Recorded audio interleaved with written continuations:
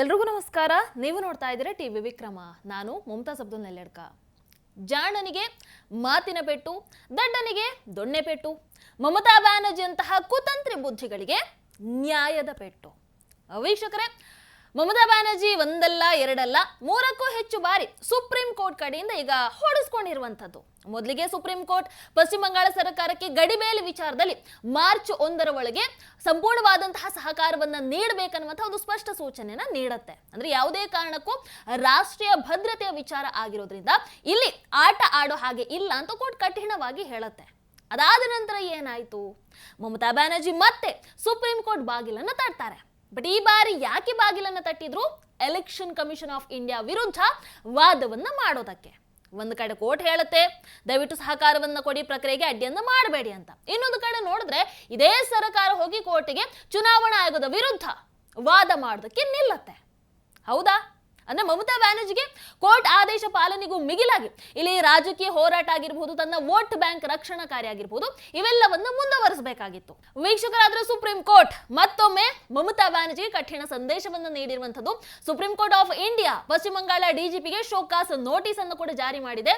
SIR ಅಂದ್ರೆ special intensive revision. ಈ ಕರ್ತವ್ಯದಲ್ಲಿ ಇದ್ದಂತಹ ಅಧಿಕಾರಿಗಳ ವಿರುದ್ಧ ಬೆದರಿಕೆಯನ್ನು ಒಡ್ಡಿದ್ದಾಗಿರ್ಬೋದು, ಹಿಂಸೆಯನ್ನ ಮಾಡಿದ್ದಾಗಿರ್ಬೋದು, ಅಥವಾ ಒಂದು ಕಾರ್ಯಕ್ಕೆ ಅಡ್ಡಿಪಡಿಸಿರೋದ್ರ ಬಗ್ಗೆ ಸ್ವತಃ election commission of India affidavit ಅನ್ನು ಸಲ್ಲಿಕೆ ಮಾಡಿದೆ. ಈಗ ಅವರನ್ನ ಕೋರ್ಟ್ ಉತ್ತರ ಕೇಳ್ತಾ ಇದೆ. ಇಲ್ಲಿ ಎಲೆಕ್ಷನ್ ಕಮಿಷನ್ ಅಫಿಡವಿಟ್ ಅಲ್ಲಿ ಮಾಡಿರುವಂತಹ ಒಂದಷ್ಟು ಪ್ರಮುಖ ಆರೋಪಗಳು ಏನು ಅಂತ ನಾವು ನೋಡೋದಾದ್ರೆ, ಮಮತಾ ಬ್ಯಾನರ್ಜಿ ಒಂದಷ್ಟು ಪ್ರಚೋದನಕಾರಿ ಭಾಷಣಗಳನ್ನ ಮಾಡ್ತಾ ಇದ್ರು.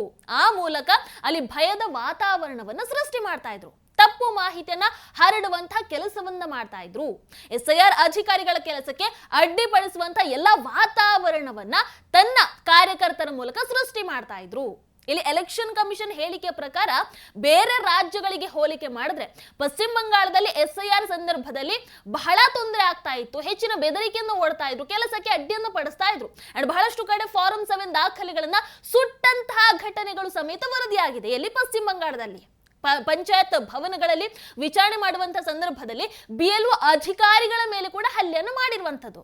ಒಂದಷ್ಟು ಅಧಿಕಾರಿಗಳಂತೂ ಜೀವ ಭಯದಲ್ಲಿ, ಅಂದ್ರೆ TMC ಕಾರ್ಯಕರ್ತರು ಏನ್ ಮಾಡ್ಬಿಡ್ತಾರೆ ಅನ್ನುವಂತಹ ಭಯದಲ್ಲೇ ತಮ್ಮ ಸಾಂವಿಧಾನಿಕ ಕರ್ತವ್ಯವನ್ನ ನಿರ್ವಹಿಸಿದ್ದಾರೆ ಅನ್ನುವಂಥದ್ದನ್ನ ನ್ಯಾಯಾಲಯಕ್ಕೆ ತಿಳಿಸಿರುವಂತದ್ದು. ಅಂದ್ರೆ ಸತ್ಯವನ್ನ ಹೇಳ್ತಾ ಇದ್ದಾರೆ. ಹಾಗಾಗಿ ಇವೆಲ್ಲವನ್ನ ಕೇಳಿದ ಮೇಲೆ, ಇವೆಲ್ಲವನ್ನ ಪರಿಶೀಲನೆ ಮಾಡಿದ ಮೇಲೆ ಸುಪ್ರೀಂ ಕೋರ್ಟ್ ಬಹಳ ಸ್ಪಷ್ಟವಾದಂತಹ ಒಂದು ಸಂದೇಶವನ್ನ ನೀಡಿದೆ. ನಾವು ಈ SIR ಪ್ರಕ್ರಿಯೆಗೆ ಅಡ್ಡಿ ಆಗ್ತಾ ಇರುವಂತದನ್ನ ತೆಗೆದು ಹಾಕ್ತೀವಿ, ಆದರೆ ಪಶ್ಚಿಮ ಬಂಗಾಳದ SIR ಪ್ರಕ್ರಿಯೆಗೆ ಯಾವುದೇ ಅಡ್ಡಿ ಆಗೋದಕ್ಕೆ ಬಿಡಲ್ಲ. ಇದಕ್ಕೆ ಮೊದಲು ಮೈಕ್ರೋ ಅಬ್ಸರ್ವರ್ಗಳಾಗಿ ಗ್ರೂಪ್ B ಅಧಿಕಾರಿಗಳ ಹೆಸರನ್ನ ಸೂಚನೆ ಮಾಡೋದಕ್ಕೆ ಲೇಟ್ ಮಾಡಿದ್ದಂತಹ ವಿಚಾರದಲ್ಲೂ ಕೂಡ ಸುಪ್ರೀಂ ಕೋರ್ಟ್ ಮಮತಾ ಸರ್ಕಾರವನ್ನ ಪ್ರಶ್ನೆ ಮಾಡಿತ್ತು. ಈಗ ಮತ್ತೆ ಬಿಸಿಯನ್ನ ಮುಟ್ಟಿಸಿದ್ದಾರೆ. ಸೊ ಎಲ್ಲ ಬೆಳವಣಿಗೆಗಳು ಪಶ್ಚಿಮ ಬಂಗಾಳ ರಾಜಕೀಯದ ಕಾವನ್ನಂತೂ ಏರಿಸ್ತಾ ಇದೆ. ಇಲ್ಲಿ ಒಂದು ವಿಚಾರ ಅಂತೂ ಸ್ಪಷ್ಟ, ಚುನಾವಣಾ ಪ್ರಕ್ರಿಯೆ ಮೇಲೆ ಅಥವಾ SIR ಸಂದರ್ಭದಲ್ಲಿ ಯಾವುದೇ ತೊಂದರೆ ಆದ್ರೆ ಅಥವಾ ಅದಕ್ಕೆ ಯಾವ್ದಾದ್ರು ಅಡ್ಡಿಪಡಿಸಿದ್ರೆ ನ್ಯಾಯಾಲಯ ಅದರ ಮೇಲೆ ಒಂದು ಕಣ್ಣನ್ನ ಇಟ್ಟಿರತ್ತೆ. ವೀಕ್ಷಕರೇ, ಅದರ ಭಾಗವಾಗಿ ಸುಪ್ರೀಂ ಕೋರ್ಟ್ ನ ಫುಲ್ ಸಪೋರ್ಟ್ ಎಲೆಕ್ಷನ್ ಕಮಿಷನ್ ಗೆ ಸಿಕ್ಕಿದೆ. ಎಲೆಕ್ಷನ್ ಕಮಿಷನ್ ಈಗ SIR ಸಂದರ್ಭದಲ್ಲಿ ಕೆಟ್ಟದಾಗಿ ವರ್ತನೆಯನ್ನ ಮಾಡಿದಂತ, ಅಂದ್ರೆ ಅವರ ಕೆಲಸಕ್ಕೆ ಅಡ್ಡಿಯನ್ನ ಪಡಿಸಿದಂತ ಹಿನ್ನೆಲೆಯಲ್ಲಿ ಪಶ್ಚಿಮ ಬಂಗಾಳದ 7 ಅಧಿಕಾರಿಗಳನ್ನ ಅಮಾನತು ಮಾಡಿದ್ದಾರೆ. ಮುಖ್ಯ ಕಾರ್ಯದರ್ಶಿಗಳಿಗೆ ಸ್ಟ್ರಿಕ್ಟ್ ಆಕ್ಷನ್ ಅನ್ನ ತಗೊಳ್ಳೋದಕ್ಕೆ ಕೂಡ ಎಲೆಕ್ಷನ್ ಕಮಿಷನ್ ಇಲ್ಲಿ ಸಂದೇಶವನ್ನ ಕೊಟ್ಟಿದ್ದಾರೆ. ಸೊ ಇನ್ನು ಚುನಾವಣಾ ಪ್ರಕ್ರಿಯೆಯಲ್ಲಿ ಕರ್ತವ್ಯ ಲೋಪ ಕಂಡು ಬಂದರೆ ಸುಪ್ರೀಂ ಕೋರ್ಟ್ ಹೇಗೂ ಸಪೋರ್ಟ್ ಇದೆ, ಎಲೆಕ್ಷನ್ ಕಮಿಷನ್ ನೇರವಾಗಿ ಕ್ರಮವನ್ನ ಕೈಗೊಳ್ಳುತ್ತೆ ಅನ್ನುವಂತಹ ಸ್ಪಷ್ಟ ಸಂದೇಶ ಈ ಮೂಲಕ ರವಾನೆ ಆಗಿದೆ. ವೀಕ್ಷಕರೇ, ಇನ್ನೂ ಒಂದು ದೊಡ್ಡ ಬೆಳವಣಿಗೆ ಇಲ್ಲಿ ಆಗಿರುವಂತದ್ದು ಏನಪ್ಪಾ ಅಂತಂದ್ರೆ, election commission of India Bangla ಸಿಇಒಗೆ ಪತ್ರದ ಮೂಲಕ ಬಹಳ ಸ್ಪಷ್ಟವಾಗಿ ಹೇಳಿದೆ, ಬಂಗ್ಲಾರ್ ಬಾರಿ PM ಆವಾಸ್ ಯೋಜನೆ, ಇಂದಿರಾ ಆವಾಸ್ ಯೋಜನೆ, ಅಂದ್ರೆ ಇವುಗಳಿಗೆ ಕೊಟ್ಟಂತಹ ದಾಖಲೆಗಳಿರುತ್ತಲ್ವಾ, ಸೊ ಇವುಗಳನ್ನ SIR ಪ್ರಕ್ರಿಯೆಯಲ್ಲಿ ಸ್ವೀಕಾರ ಮಾಡೋದಕ್ಕೆ ಆಗಲ್ಲ. SIR ಗೆ ಈ ದಾಖಲೆಯನ್ನ ಸಲ್ಲಿಕೆ ಮಾಡೋದಕ್ಕೆ ಆಗಲ್ಲ. ಫಸ್ಟ್ ಆಫ್ ಆಲ್ ಎಲ್ಲ ದಾಖಲೆಗಳು ಎಲೆಕ್ಷನ್ ಕಮಿಷನ್ ಆಫ್ ಇಂಡಿಯಾದ ಆ ಒಂದು ದಾಖಲೆ ಲಿಸ್ಟ್ ಅಲ್ಲಿ ಇರಲಿಲ್ಲ. ಬಟ್ ಏನ್ ಮಾಡೋದು, ದೀದಿ ಆಡಳಿತ, ಏನ್ ಬೇಕಾದ್ರೂ ನಡೆಯುತ್ತೆ, ಏನ್ ಬೇಕಾದ್ರೂ ಚೇಂಜ್ ಮಾಡ್ತಾರೆ ಅವರು. ಸೊ ಇಲ್ಲಿ ಬಂಗ್ಲಾರ್ ಬಾರಿ ಆಗಿರಬಹುದು, PM ಆವಾಸ್ ಯೋಜನೆ ಆಗಿರಬಹುದು, ಇಂದಿರಾ ಆವಾಸ್ ಯೋಜನೆ ಆಗಿರಬಹುದು, ಅಂದ್ರೆ ಈ ಯೋಜನೆಗಳು ಅಂಡ್ ಈ ಯೋಜನೆಗಳಿಗೆ ಸಂಬಂಧಪಟ್ಟಂತಹ ಡಾಕ್ಯುಮೆಂಟ್ಸ್ಗಳು ಇದು ಮನೆ ಕಟ್ಟೋದಕ್ಕೆ ಹಣ ಸಹಾಯವನ್ನು ಕೊಡುತ್ತೆ. ಬಟ್ ಲ್ಯಾಂಡ್ ಓನರ್ಶಿಪ್ಪಿನ ಸಾಕ್ಷಿ ಇವುಗಳು ಆಗೋದಕ್ಕೆ ಸಾಧ್ಯ ಇಲ್ಲ. ಅಂಡ್ ಎಲೆಕ್ಷನ್ ಕಮಿಷನ್ ಇದನ್ನ ಈಗಲ್ಲ, ಮೊದಲೇ ಕ್ಲಿಯರ್ ಮಾಡಿತ್ತು, ಮುಂಚೆನೆ ಹೇಳಿತ್ತು. ಆದ್ರೆ ಮಮತಾ ಬ್ಯಾನರ್ಜಿ ನೇತೃತ್ವದ ಸರ್ಕಾರ ಈ ಪ್ರಮಾಣ ಪತ್ರಗಳನ್ನ ಒಪ್ಕೊಂಡಿದೆ, ಸ್ವೀಕಾರ ಮಾಡ್ತಾ ಇತ್ತು ಅನ್ನುವಂತ ಆರೋಪ ಇದೆ. ಅಂಡ್ ಈ ವಿಚಾರಕ್ಕೆ ಎಲೆಕ್ಷನ್ ಕಮಿಷನ್ ಜೊತೆಗೆ ಸುಪ್ರೀಂ ಕೋರ್ಟ್ ಕೂಡ ನಿಂತ್ಕೊಂಡಿದೆ.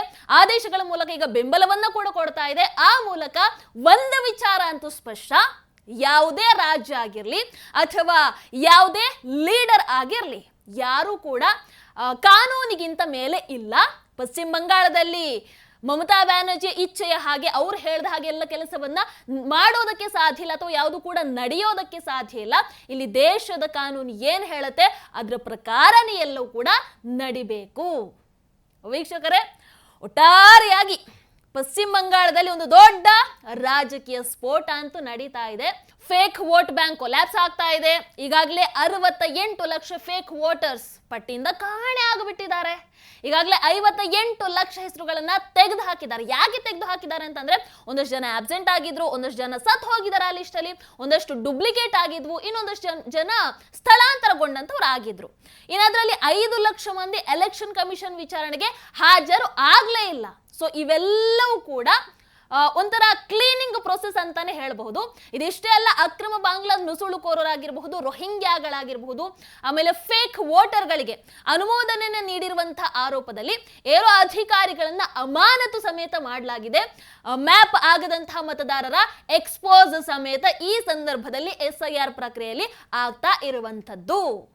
ಸೊ ಇವೆಲ್ಲವೂ ಕೂಡ ಏನನ್ನ ತೋರಿಸುತ್ತೆ, ಮಮತಾ ಬ್ಯಾನರ್ಜಿ ಮತ್ತೆ ಅಭಿಷೇಕ್ ಬ್ಯಾನರ್ಜಿ ನೇತೃತ್ವದಲ್ಲಿ ಈ ಹಿಂದೆ ಪಶ್ಚಿಮ ಬಂಗಾಳದ ಸಿಸ್ಟಮ್ ಯಾವ ಲೆವೆಲ್ ಅಲ್ಲಿ ಇತ್ತು ಅನ್ನುವಂಥದ್ದನ್ನ ತೋರಿಸ್ತಾ ಇದೆ.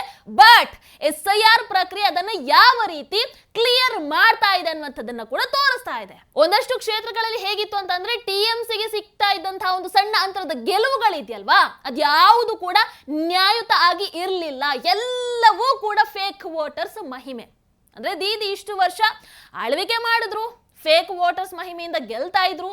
ಈಗ ಎಕ್ಸಾಮ್ ಸೀರಿಯಸ್ ಆಗಿ ಸ್ಟಾರ್ಟ್ ಆಗಿದೆ.